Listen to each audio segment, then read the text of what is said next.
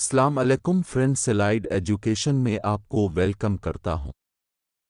Friend, آج کا جو ہمارا ٹاپک ہے وہ ہم ڈسکس کریں گے قرارداد پاکستان کی اہمیت پر۔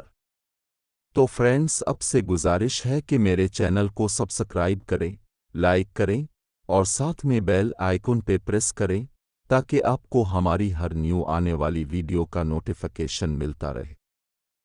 تو دوستو، شروع کرتے ہیں۔ قرارداد پاکستان کی اہمیت۔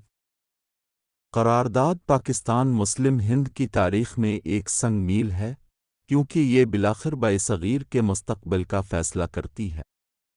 مسلمانوں کو یقین تھا کہ متحدہ ہندوستان میں بحیثیت قوم ان کا مستقبل محفوظ نہیں ہے، اور اس لیے انہوں نے علیحدہ وطن کا مطالبہ کرنے کا فیصلہ کیا۔ اس تجویز کی وجہ سے ہندوستانی سیاسی آئینی تحریک میں ایک نیا دھارا بہنے لگا۔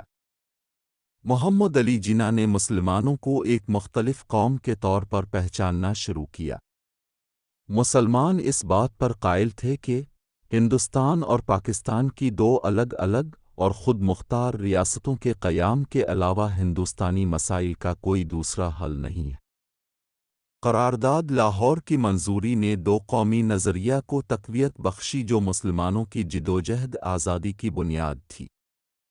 پاکستان کا مطالبہ مسلم قوم پرستی پر مبنی تھا، جس کا مطلب مسلم ثقافتی، مذہبی اور قومی آزادی تھا۔ بر صغیر کا لفظ اور مواد اس نظریہ پر تھا کہ بر صغیر میں دو بڑی اور الگ قومیں تھیں۔